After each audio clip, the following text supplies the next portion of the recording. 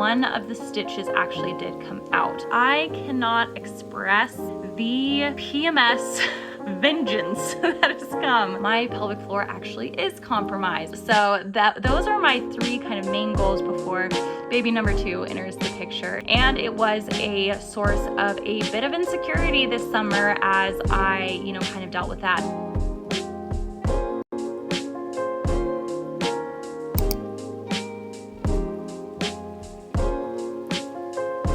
Hi friends, welcome back to my channel. My name is Jenna if you're new here. Today I wanted to do a little year catch up. Now that we are a year postpartum, I had my little baby boy last October.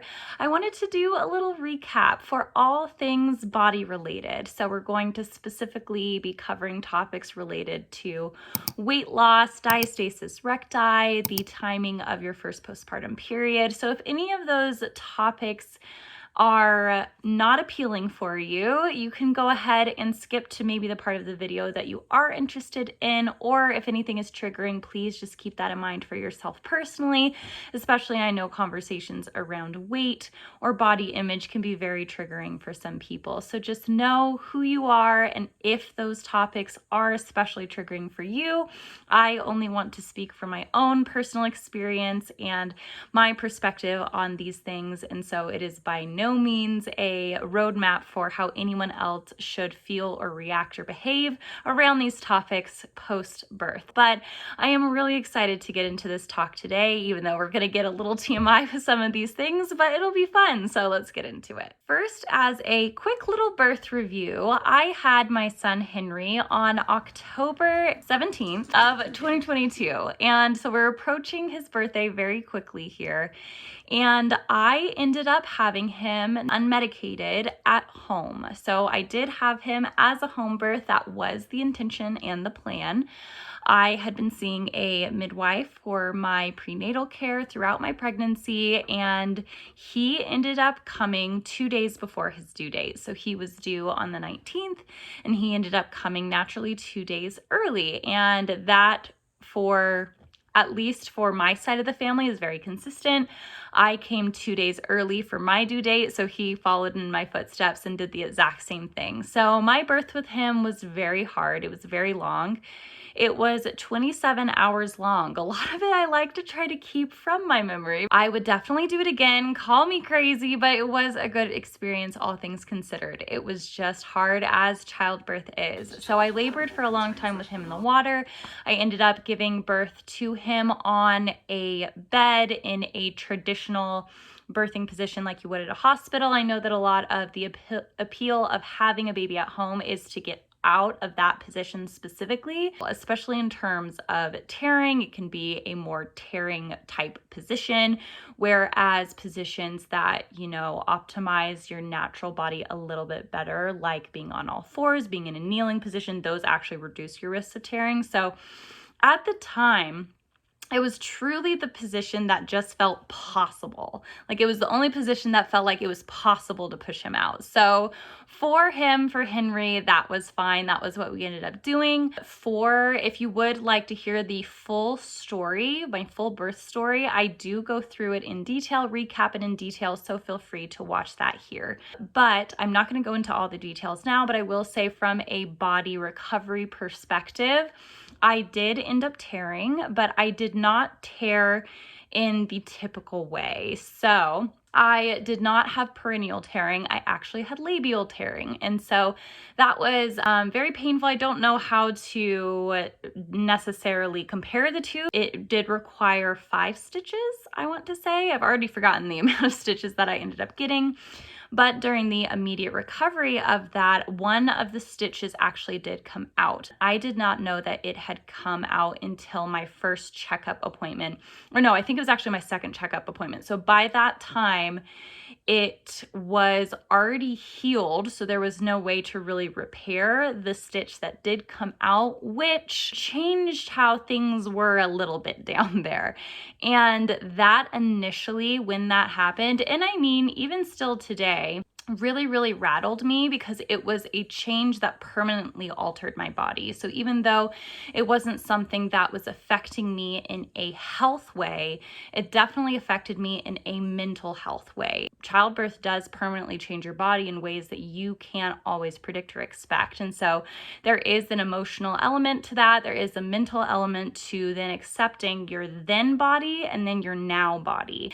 And that actually prolonged the healing process because where the stitches were, that was actually fine. There was one small tear on my right side that was not stitched, and that was actually more painful because it took longer to heal. Even though initially it was very painful to get the stitches done, afterwards, the recovery where I was stitched was way easier than the recovery where I was not stitched. So just take that with a grain of salt. Because my labor was so long, so draining, so exhausting, and it really, really, really took a lot out of me, I did not necessarily recover and maybe wasn't as active in those first few days and weeks as I could have been. And so just comparing myself with other women in that first month stage, it did take me a while to get back on my feet, to feel good, to be walking around.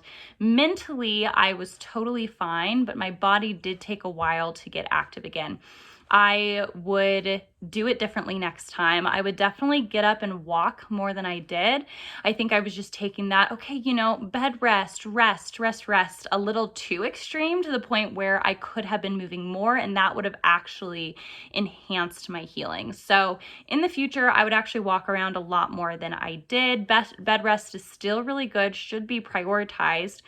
I had heard the tip to take 5 days in the bed, 5 days on the bed, and then 5 days near the bed. So about 15 days of, bed rest to some extent. And that was actually, I feel like, a little bit too much. The first 5 initial days, yes, but then I feel like you should really get your body up and going and walking again. And I think if I would have done that more and forced myself to do that more, it actually would have enhanced my recovery for that first month. But after that first month, recovery went well. My body felt good. The only thing that was kind of a reoccurring thing was in going to the bathroom. I did have some hemorrhoid issues / maybe fissure issues. I wasn't sure, but going to the bathroom was actually very painful for a long time. And it was just some issues that I didn't fully get diagnosed, and so couldn't really properly treat for a while post-birth. So that would be an encouragement as well. If you're dealing with something, don't be afraid to get the help and seek the help that you do need, and to prioritize that for yourself. So you don't have to live in pain. You can get it sorted, get it figured out. So with all of that, there was weight loss. So weight first was a big dip initially, and then hit a very, very stubborn zone. And we are still in that stubborn zone. I feel like this is probably one of the most relatable things after you've had a baby, that initially you lose so much. I think I lost 20 pounds within the first 2 days. And then it was a very kind of quick loss after that for about a month or two. And then it really did level out. I want to say maybe 2 to 3 months later, maybe longer than that, it hit a pretty level point. I did go back to my gym a little bit later than I would have liked. I was active, I was walking, I was doing at-home workouts, but not super regularly. I rejoined my CrossFit gym in January after I had my baby in October, so 3 months later, and I got back into it progressively, but in a way that felt really good for my body. It wasn't too hard to get back into things. My body felt really good. The biggest difference I noticed was actually with my pelvic floor, and also with diastasis recti.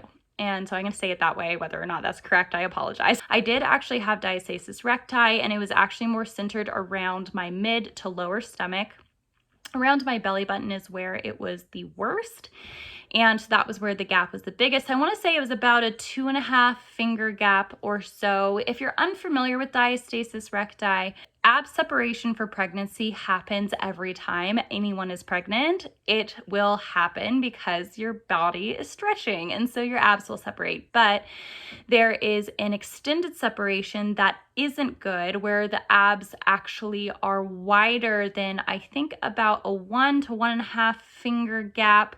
2 at the most. If it's 2 or wider, that makes it so that your organs are not being held together properly. So if you feel like, why do I still look like I am 3 months pregnant? Why is this belly fat still hanging on? It's probably because of diastasis recti. There's probably a gap happening in your abs that has just stayed there and been maintained. So I did some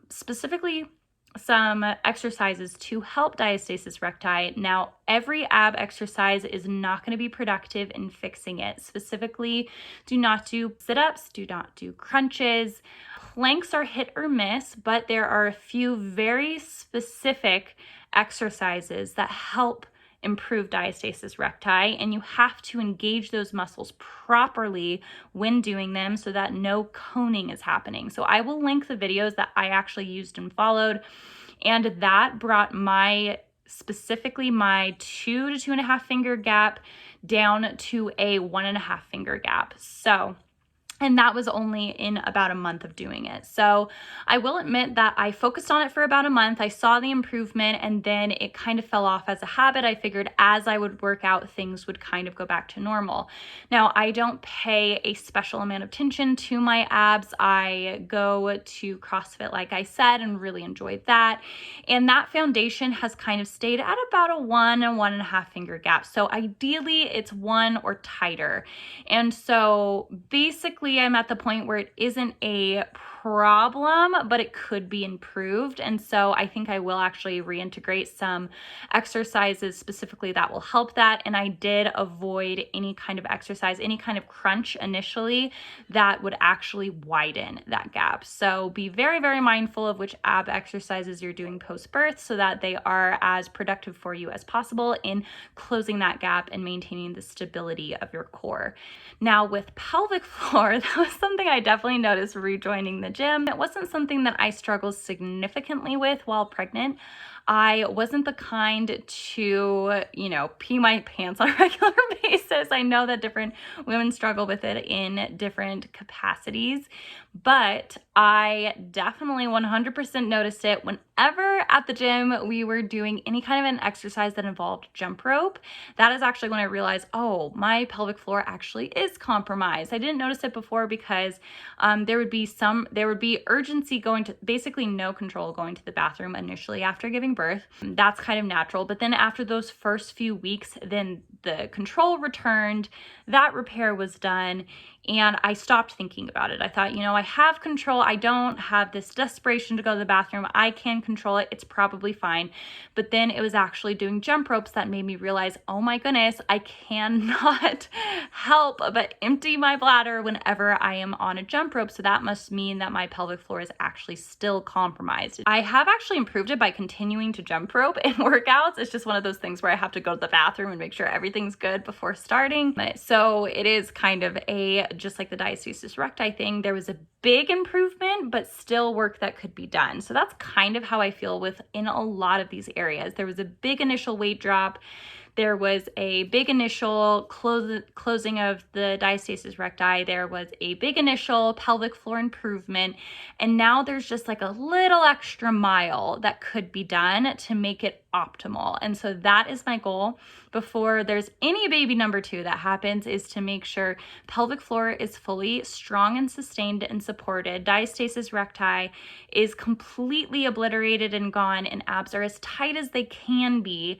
And that little extra bit of stubborn weight is lost. So those are my 3 kind of main goals before baby number 2 enters the picture in kind of these next few months. And we'll talk about baby number 2 at the very end of this video. Let's now talk about stretch marks. Are stretch marks still an issue? How did they get resolved? I had very, very stubborn stretch marks, specifically on my butt. That was very strange. It happened very, very early in pregnancy. Before there was no real, usually you'll see be, you know, when you have stretch marks on your stomach, it's because your stomach grew and then the skin stretched. But for me, I felt like I was losing my butt, but then gaining stretch marks there. And so that was incredibly frustrating.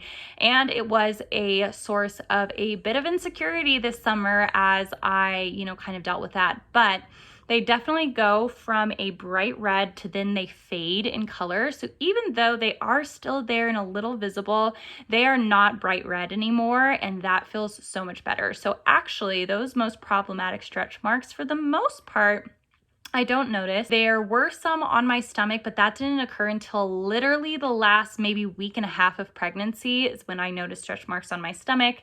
And so again, they have faded to kind of a whitish color now. There are things that you can do to improve, you know, the health of your skin and elasticity, but for the most part, the redness of them has faded. And so they're just kind of a white, less noticeable color.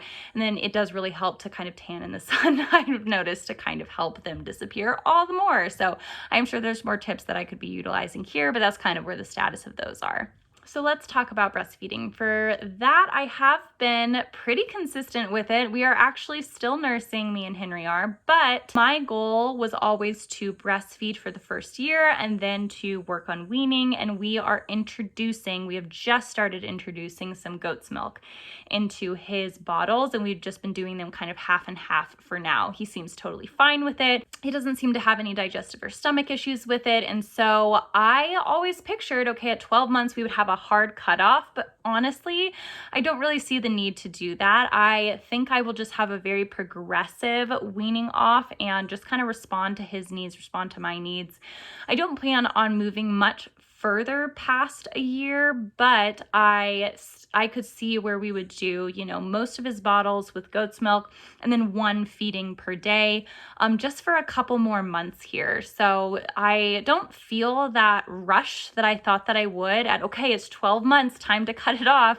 I kind of saw that as my period to initiate a weaning, but to do it progressively, to do it slowly, to do it at our own pace. He does eat a lot of solid foods and he loves eating solid foods. So nutritionally, the need is not as strong now. So now that there is less of a dependence on it for nutritional supply, that takes off the pressure of doing it. So I could see where we would kind of maintain one feed for a little bit and just kind of slowly introduce it and maybe, you know, maybe go, I'm thinking now, I reserve the right to change my mind, but I'm thinking now that around, you know, probably the 15-month mark is when he'll be fully weaned, but we'll kind of gradually work up into that point. Okay, so let's talk about hair loss. Did I have hair loss? 100% I did. And this actually is another thing that I'm probably going to do differently with the next pregnancy is I experienced a lot of hair loss. It didn't start happening until I want to say 6 months postpartum. So I thought I was in the clear. I thought I was doing great, didn't notice anything. But then 6 months postpartum,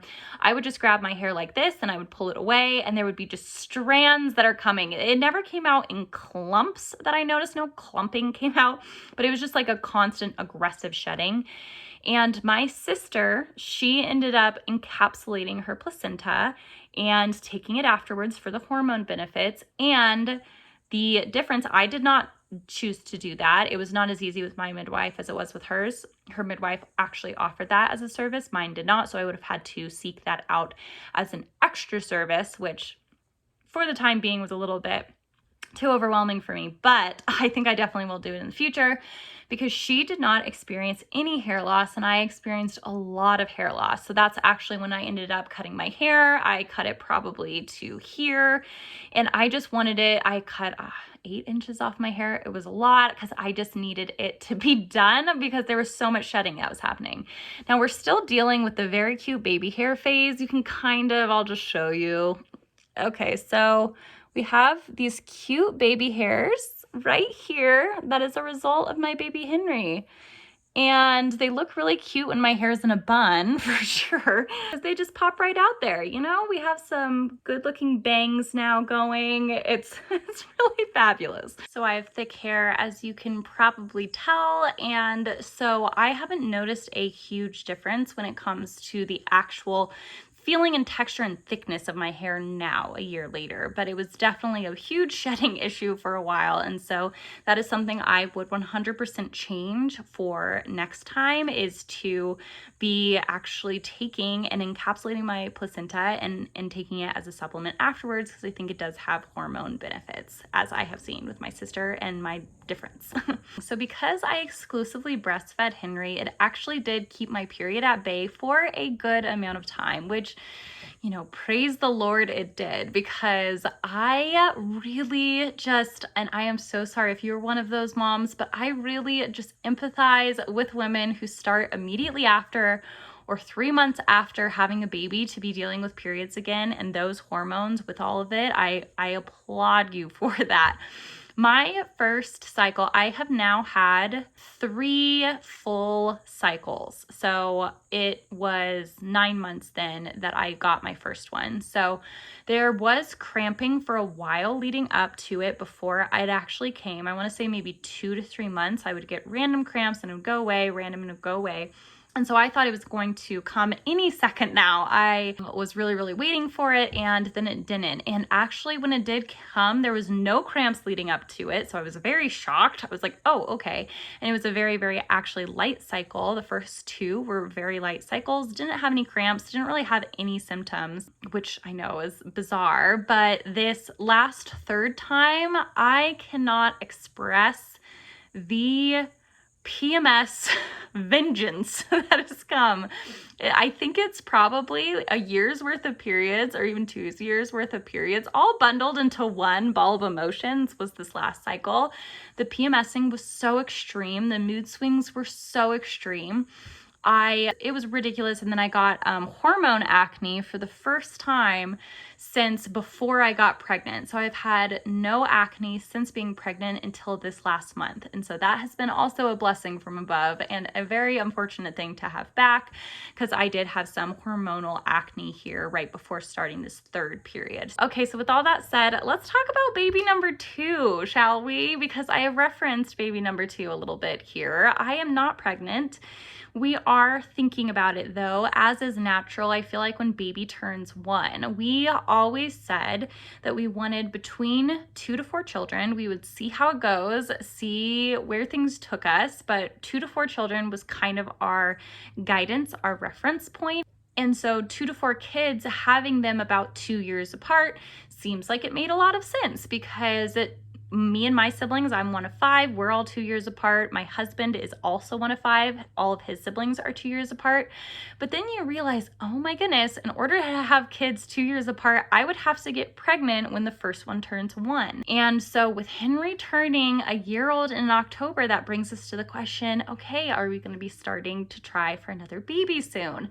Now, for us, this seems really silly, but you know, it's life, so let's talk about it. But my family is doing a vacation next year, and if we were to get pregnant immediately in October, all other concerns, thoughts, feelings aside, if we were to just try when he turned 1 again and we got pregnant immediately, we would actually have to cancel this family vacation because baby would be too little to go, or I would be giving birth when the vacation is supposed to happen. So I know that seems like a silly reason to postpone potential trying for another baby, but that is a very real concern in our minds, to wait for this kind of period of impossibility where we would have to cancel the vacation if we got pregnant. So with all of that considered, and with our very real life concerns that, you know, we feel like we need a little bit more time to adjust, a little bit more time to feel established in this new house that we just moved to, a little bit more time specifically for my body to recover before I'm ready to go through that again,